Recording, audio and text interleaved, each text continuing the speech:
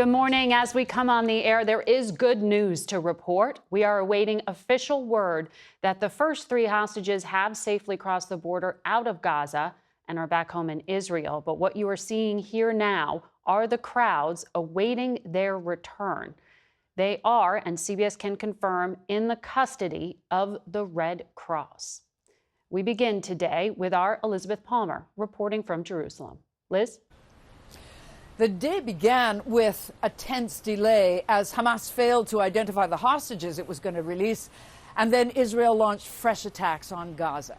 Then suddenly at 11:15 local time, the ceasefire fell into place. The first 3 hostages released by Hamas were handed over to the Red Cross in Gaza to begin their journey home. Romy Gonen, who was kidnapped from the Nova Music Festival, Emily Damari, and Doron Steinbrecher, both seized from their kibbutz, Kfar Aza. That was 471 days ago when, on October 7, 2023, Hamas terrorists abducted or killed more than 1,000 people in southern Israel.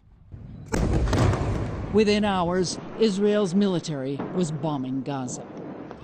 15 months later, it's too soon to say the war has ended, but it is on pause.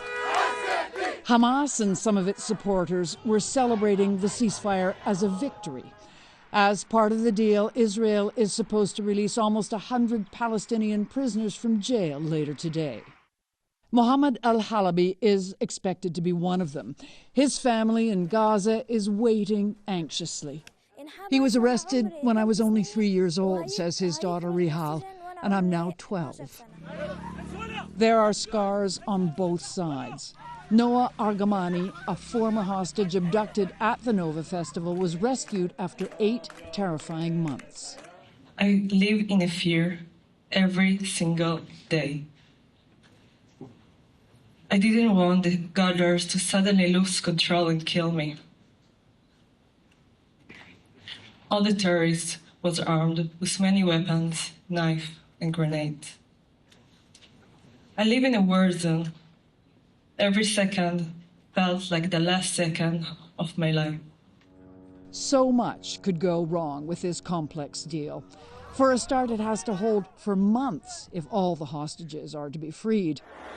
And it depends on 2 parties with internal rifts. Israel's government, whose right wing is fiercely opposed to the ceasefire, and Hamas, which has a weakened and divided leadership. And there's no reason why they should trust each other. Gershon Baskin is a former hostage negotiator. So there will be breaches. Definitely. Is there a mechanism to deal with the inevitable accusations and breaches and hiccups? This time around there is. It's called Donald Trump. Everyone who wants this deal to hold is pinning hopes on Washington's authority. That includes Gazans who are hungry and desperate for aid to arrive, and the hostages' families who want their loved ones back, alive or dead.